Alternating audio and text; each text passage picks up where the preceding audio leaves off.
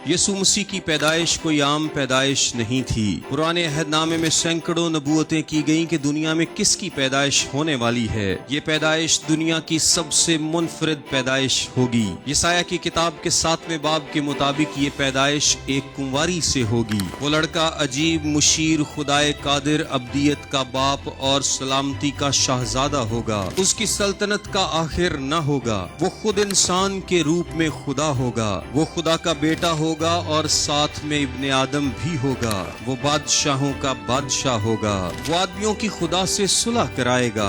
वो तसल्ली देगा, लोगों का दुख खत्म करेगा। वो बीमारी को दूर करेगा। वो मुर्दों को जिंदा करेगा। खुदा होते हुए भी इंसानों के साथ रहेगा और खाए पिएगा, वो भी 33 साल से ज्यादा। वो हमारी खातिर जान भी देगा और हमारी निजात का बंदोबस्त भी करेगा। यसु मसीह से मुतालिक पुराने अहद नामे में 300 से ज्यादा नबूवतें हैं जो कि उसके हक में पूरी हुई। ये कोई इत्तेफाक नहीं हो सकता। किसी एक इंसान की जिंदगी में तमाम बातें पूरी होने की प्रोबेबिलिटी ऐसी है जैसे पूरे पाकिस्तान में 2 फुट ऊंचाई तक सिक्कों का ढेर लगा दिया जाए और किसी अंधे शख्स से कहा जाए कि वो एक खास सिक्का ढूंढे और वो भी पहली ट्राई में, और वो उसमें कामयाब हो जाए। सो ये नामुमकिन बात है। ये खुदा के अलावा कोई नहीं कर सकता कि सदियों में लिखी गई तमाम बातें एक ही शख्स की जिंदगी में पूरी हों। मेरे अजीजों, यीशु मेरे और आपके लिए इस दुनिया में आया था ताकि हम निजात पाएं, जिंदगी बल्कि कसरत की जिंदगी पाएं। मेरे और आप सब के लिए मसीह की आमद आप सबको मुबारक हो।